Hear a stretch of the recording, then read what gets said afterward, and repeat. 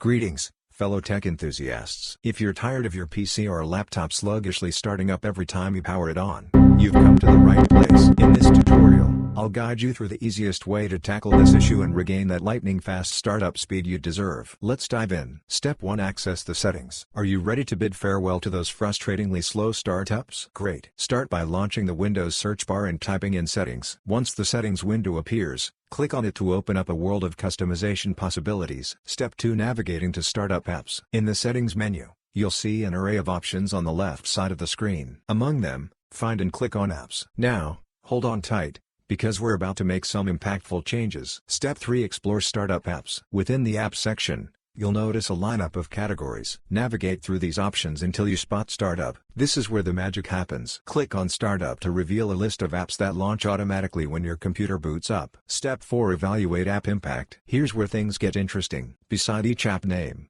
you'll find a label indicating how much of an impact it has on your computer's startup time. These labels can range from none to high. It's important to keep an eye on the high-impact startup apps, as they are the usual suspects behind sluggish startup performance. Step 5. Unleash the speed. Ready to revitalize your startup experience? Start by selectively disabling or removing the high-impact startup apps. Simply toggle the switch next to each app to turn them off. For those apps that you no longer need to start with your computer, hit the off switch and reclaim your system's performance. Conclusion. Congratulations, you've just taken a significant step towards a faster, smoother PC or laptop startup. By managing your startup apps, you'll enjoy a snappier experience every time you power up your machine. Remember, it's all about taking control and optimizing your system for peak performance. If you found this tutorial helpful, don't forget to hit the subscribe button, give us a thumbs up, and drop a comment suggesting what you'd like our next tutorial to cover. Until then, stay tech savvy and catch you soon with another exciting tech video. Happy computing,